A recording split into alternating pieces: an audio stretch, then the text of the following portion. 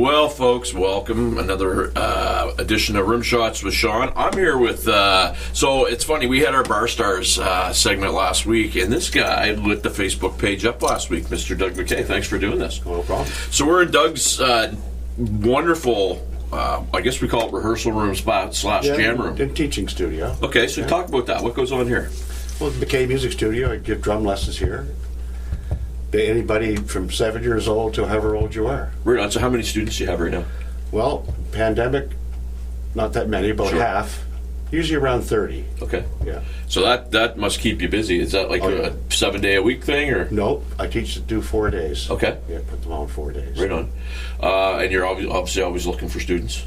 Oh yeah. If we can give a little PSA here. I'll take more. Yeah. Right now, because things are, kids are coming back and then they're not back. Then somebody gets sick, they have to stay home for 2 weeks, and so. Sure.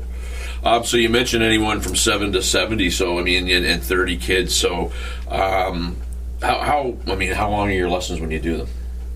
Half hour, some are half hour, some are 45 minutes. There's hour lessons too. Okay. Yeah. So way back when I was starting, when I was I guess 12 or 13. My mother looked in the yellow pages and found Al Rusk when he was down at Dutch Village Road. Right, I remember that, yeah. And so I started with Al. I'm mostly self-taught, with the exception of I studied with Al and then another teacher. One of the things I found with Al was he would bait me by teaching me stuff that I wanted to do, and then actually got me into the stuff that I needed to do. Yeah. I had another teacher that was basically, I won't mention his name, but where we got hung up on how to properly hold a stick for 6 weeks, and I just lost interest. What do you do? Do you gauge it with your students, or how do you approach that? Most of them want to play right now. Yeah. And of course they have to learn the right way eventually, but first going off is they want to play, so I teach them how to play. They just beats, fills, then we get into the technical stuff, paradiddles, double rolls, anything that they need technically to play. Flam paradiddles. So hand me that because this is a book, and it's a stick control book. This to me is the Bible for. Well, it is, and you can go anywhere. You have to start at number 1 and go through the book. You can go in any section you want any time. It's pretty cool, and if you actually read, the George Stone, the guy that wrote it, is you got to do it this way. And, But you jump around, and I find the first probably 7 to 8 pages are really good for warming up, and they're really the meat and potatoes of what you're supposed to do. Well, there's all kinds of little tricks hidden in them all too, right? Yeah.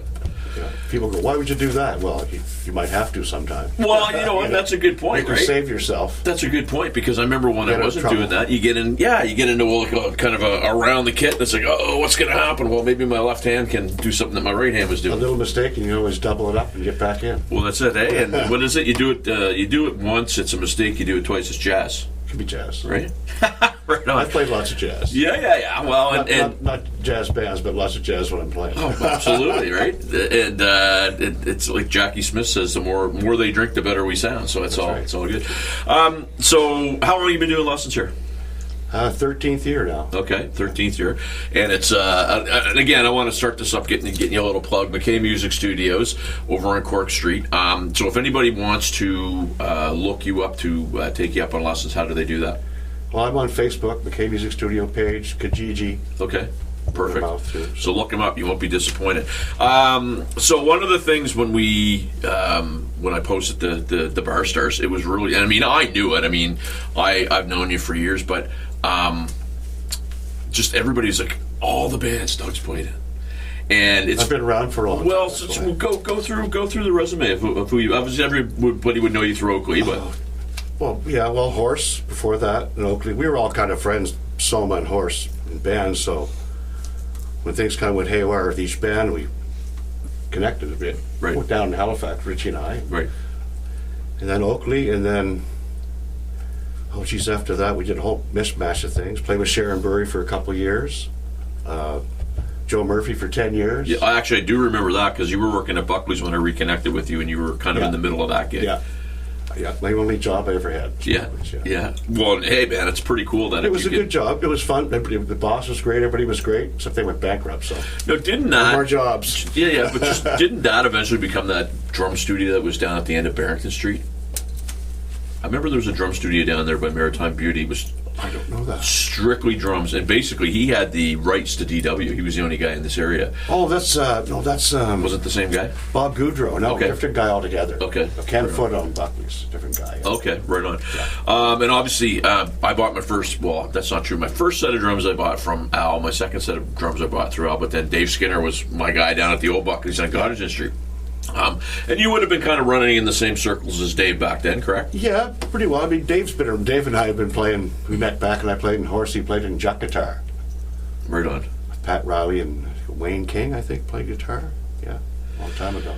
Well, so one of the things that we started Barstools, and it came up, and obviously Oakley kept coming up, and Sam Moon kept coming up, and because it started out Sam for a long time. Well, and still am. Yeah. Great, and you still play with Sam, and and one of the things. I mean, this little Barstools thing was supposed to be something to do until everything opened up, and then lo and behold, here we are almost 2 years later. Yeah. But we've kind of, we stopped, we started, we stopped, we started, now we're kind of doing this again. Yeah. Do you find, like, for you, I mean, obviously you say the lessons are down and stuff, you're out here practicing quite a bit, or? Off and on. Yeah. Yeah. You feel like you do, and I come out and start practicing on something, listening to music, and drinking beer, and not doing anything else. Sure, well, and I mean... Mostly, well, the lessons keep you in shape anyway when that's going on. So, but usually I'm basically doing something or playing with somebody. Right. Well, a lot of people, we talk about this muscle memory, and people don't realize, like, when you're younger and you're practicing a lot, that practice is to get that muscle memory. It's like anything. Once your muscles remember something. That's happening too, because you go to do it, it doesn't quite get there. Yeah, fair enough. Well, and to that point, I found because I was playing a lot, I didn't have to practice, and then when all the shutdown started, I got back to playing an hour and a half a day, and it's helped me. Well, it was with me because I'm playing so long. If the muscle memory is a little bit behind, I just kind of adjust. Right. And I might do things a little bit differently just to get things to go in. So right on. Well, I mean, cheating. Well, hey, whatever gets you there, right? Whatever gets you there, it gets you. Sorry, I had to put that down. I love that book so much that I've got two. You can steal one. They get this thing called the internet now. It's kind of neat. Yeah, you can find everything. I've got it on my phone. So back to all the bands and stuff, and obviously Oakley is the one that most of the people associate you with. So it's you. Well, you and Wayne and Bruce are really the last of the dudes, surviving, right? John Lee's still alive. Okay. John was one of the original members actually before Bill McCauley. Okay. Yeah. And great keyboard player, Bill. I remember he was the monster, big red hair, the big wicked mustache. Well, it's so funny because during all this stuff, like everybody had to have an organ then, and you got the organ and the piano, and Bill whips out the Moog synthesizer we had from years ago and incorporates that into the music. It was just incredible what he was doing with the thing. Because it had almost gone out of... Sure. No one's using anything. He said, well, he's got one. I'm going to use that in some of the tunes, Yeah, yeah. Really cool. Well, and so you guys put out one album. Yeah. And then there was probably talk that you guys were going to do another one at some point. There is a second one. Okay. Just didn't get released. We were in the studio. The bed tracks were done on all of them, and some of them were mixed. And where'd you guys record that? Solar. Okay. And the first one as well? No, not Solar. Sorry, Scorpio. Okay. Yeah. Peter that was Stakis. Dartmouth? Halifax. Dresden Row. Okay. Yeah. So it's obviously no longer there. No, that's when we did the album there too. Okay. This was after that, so we just basically went in and we were getting along really well with the record company a lot and stuff. So we just went in and did these songs on our own and have mixed part of it. But I still have all that. Okay. There was an album actually before the first one that we got sued for. Wouldn't let us release it. Oh. And the same people that sued us financed the second one. It's all this business, music business. It's funny the way and a lot of people don't realize that. But in the end, it all worked out. So. Well, and sometimes it does, and sometimes it doesn't. But I had a friend of mine that had a great saying. The music business is full of dirtbags, douchebags, and thieves, and those are the good people. And you're not far off the mark, right? So you and I talked a lot. One question I never ever asked you, and I'd be interested just purely as a player, some of your influences. Oh. Well, Ringo Starr, of course, back in the old days. When I started playing, it was like not much going on with the drums, Yeah. Everything was just, white man's music and sure, boom, da da boom. Right. And one day we heard boom, boom, boom. What's that? Yeah, yeah. It was this guy in a song ABC. It's an old tune. That was the drum beat. We all freaked out. What's that? Yeah. Then all of a sudden, it's Jimi Hendrix, Beatles.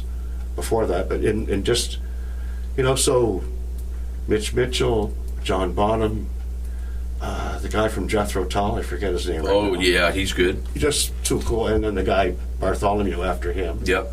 And Keith Moon. Well, Keith Moon, and it's funny because... no one's like Keith Moon. No one's like Keith. And you go back and you listen to some of his stuff, and it's like... there's a real funny story John Entwistle had in, it was a drum magazine. And basically... Keith Moon goes in and records, and then the next day he comes back and he listens to it. And he goes, "I'm quitting. You replaced me." And they're like, "No, that was you." That was you, yeah. And he was so hammered in the studio that he didn't remember what he played. Well, like, I watched a concert at something anyway that's from the '74 or something, and just to watch him play, he's like the focal point of the whole band. He's so musical, and it makes no sense what he's doing. His limbs don't match up. At first I thought that, and then I find some of these cymbal crashes or fills or little parts he's putting in.